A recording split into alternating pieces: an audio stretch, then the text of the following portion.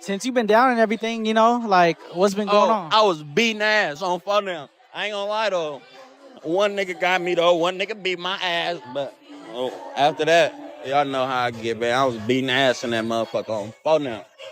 Beating ass. Oh my mom, since you And I was getting hella high in that bitch. I had whack, perks, everything a nigga could think of, nigga, on my baby, nigga. Ask about me in that juvenile hall, nigga.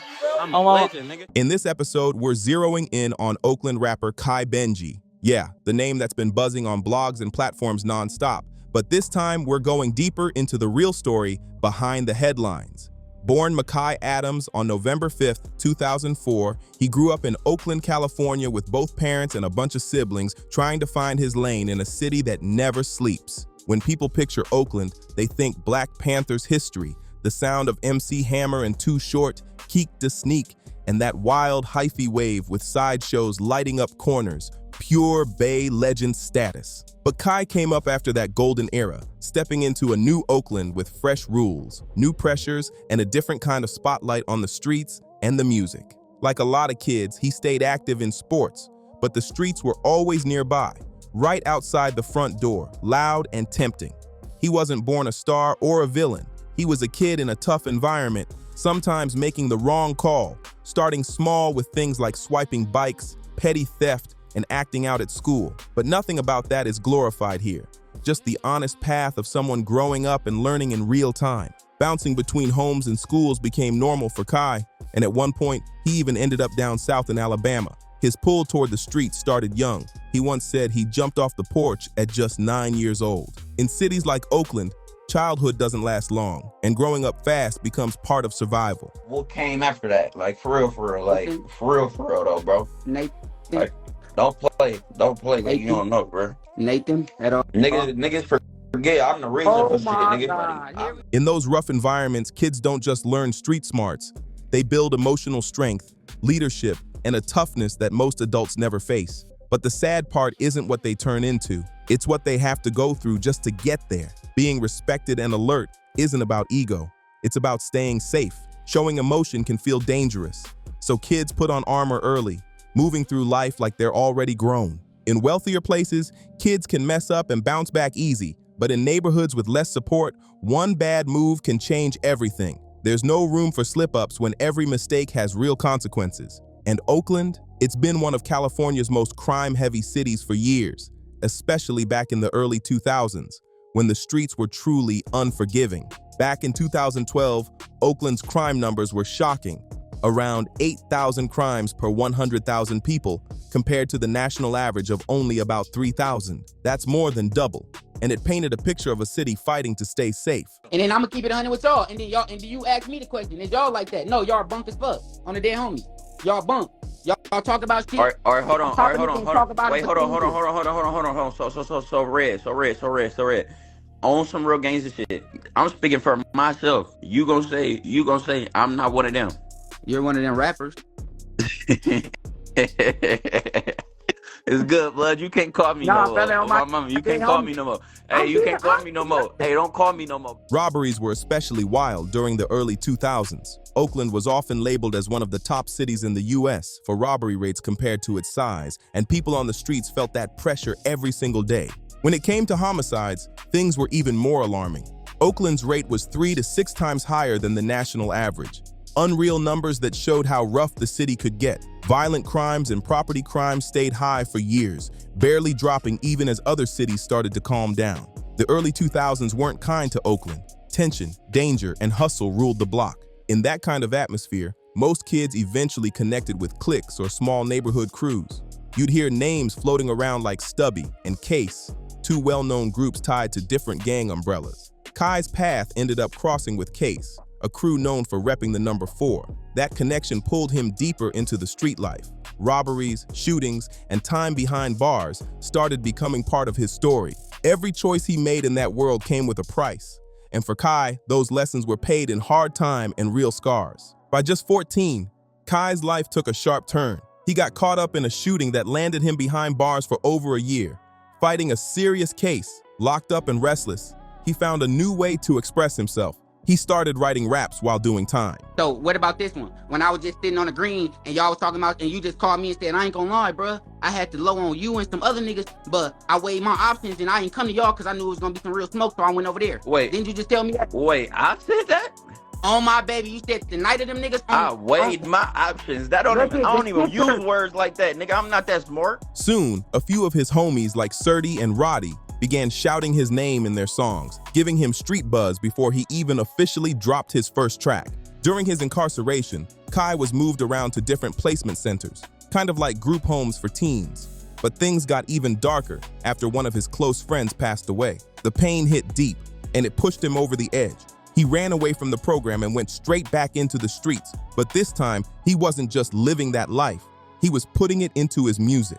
When Kai finally dropped his first song, No Cap, in 2020, it instantly turned heads. His lyrics painted the raw truth of Oakland's street life, talking about violence, loss, and real situations that most only hear about.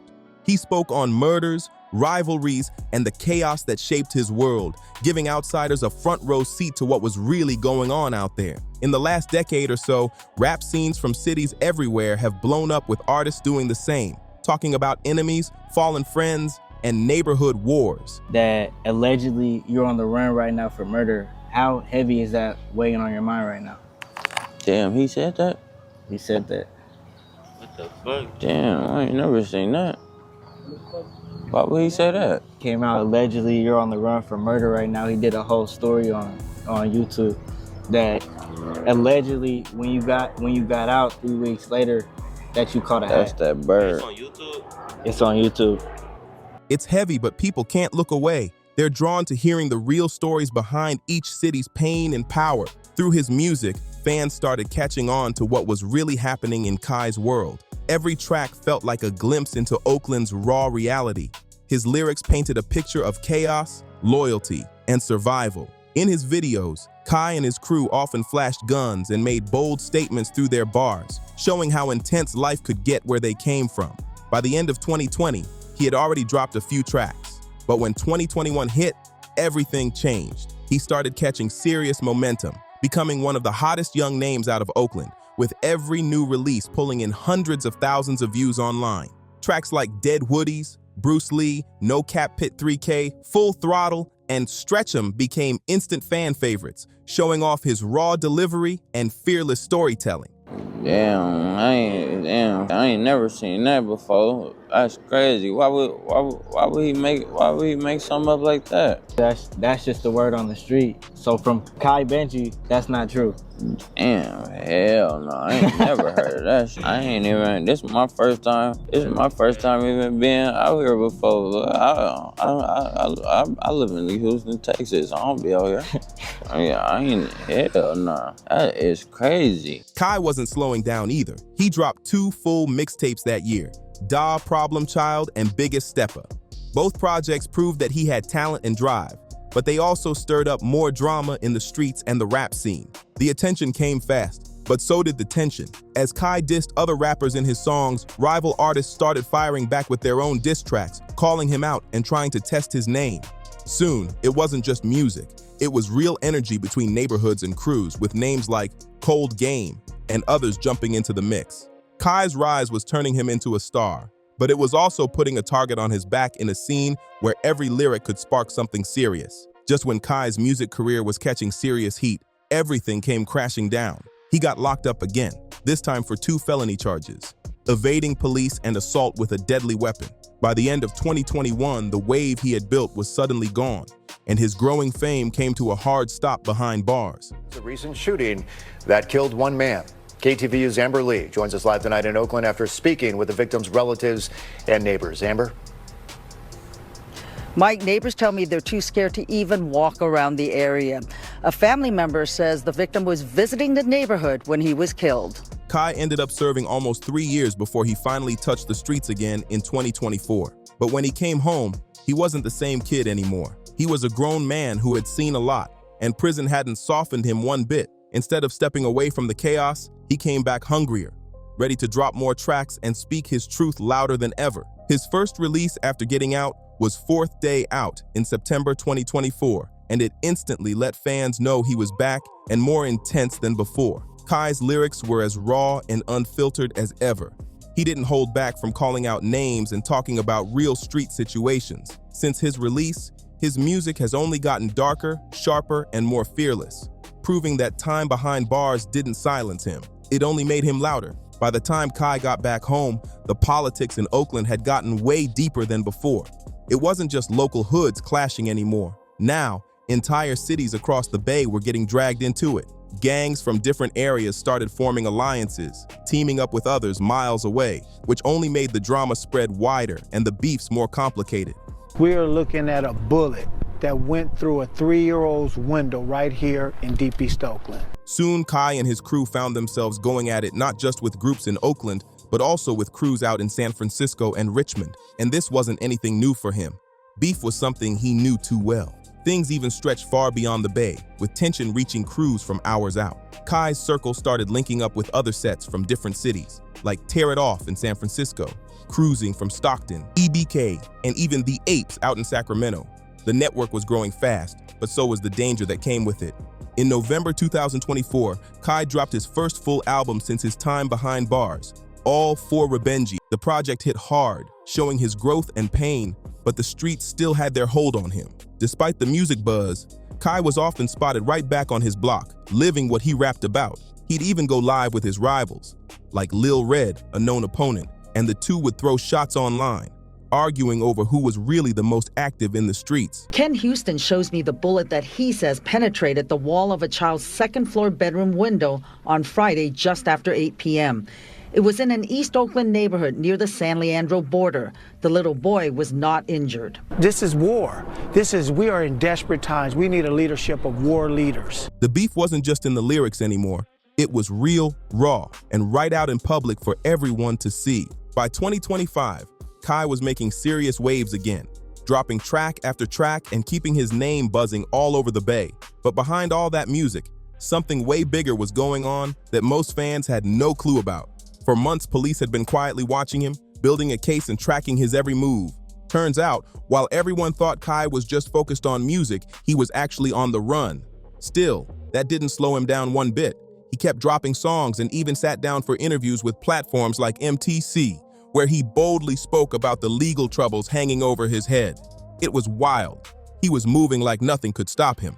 But his luck finally ran out on June 13, 2025. During a traffic stop near Aspire Berkeley Academy Elementary, police ran his name, and that's when everything unraveled. They realized he was wanted in connection to an alleged murder case. And to make things worse, officers reportedly found a gun inside the car. The arrest shook fans everywhere. Nobody expected the music to collide with reality this hard. Court records later confirmed that Kai had been arrested and was being held without bail. On top of that, he caught yet another serious gun charge, accused of having firearms and ammo allegedly tied to a deadly shooting. Houston lives in the area and he's running for Oakland City Council.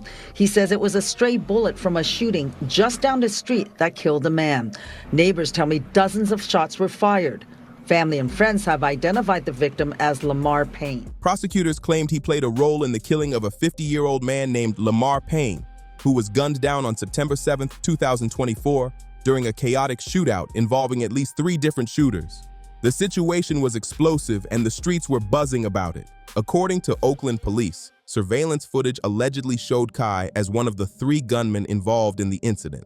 Another man, 18-year-old Keontae, was also charged with murder, but he managed to get released after his lawyer argued that he was a college student with strong ties to the community and a possible case for self-defense. The tension between street loyalty and legal defense was intense. Everyone had their own side of the story. The third suspect was identified as 21-year-old Tamarcus, who was still behind bars facing multiple felony cases, including robbery, gun possession, and carrying a loaded weapon in public. Police said Tamarcus and Kai were both tied to a crew called Baby Benji Gang, or BBG, which they described as a branch of the Case Group. Authorities claim BBG was also under investigation for a series of robberies that had been shaking parts of Oakland. The case had the city on edge. Fans were shocked. The media went wild. And suddenly, Kai's name wasn't just in the music blogs anymore. It was in court headlines, too. In 2024, investigators said another key suspect, Tamarcus, was identified on surveillance footage from the shootout. Police claimed he was easy to recognize because of his distinct facial features and a missing finger on his right hand. The footage allegedly showed chaos breaking out as two shooters opened fire, and the victim, Lamar Payne, was caught in the middle when bullets started flying from all sides. According to reports, the deadly exchange began when at least two gunmen started shooting toward a target who fired back in defense. Inside a nearby store, a customer heard the commotion, pulled out his own gun, and rushed outside, but never fired a single shot. Meanwhile, a driver passing through the area got caught in the crossfire, suffering minor cuts from shattered glass when a bullet hit his car. The whole scene left the community in shock and police racing to piece everything together. While locked up, Kai kept his name alive by dropping a new project in July 2025 titled Da Biggest SOG. The album hit streaming platforms with heavy emotion. He rapped about loyalty, betrayal, and his fight for freedom. Even from behind bars, he stayed confident, publicly declaring that he was innocent and would beat the case and be home soon. But as of now, Kai's future still hangs in the balance. His court proceedings are ongoing, and everyone's watching closely to see what happens next. Could he really be Oakland's next breakout star? Or will his legal troubles end up costing him everything he's built? The story's not over yet, but it's clear that Kai's journey is one of the wildest to ever come out of the Bay. That wraps up this episode. If you're hooked on these stories, don't forget to like, subscribe, share, and drop a comment. Let's keep this conversation going.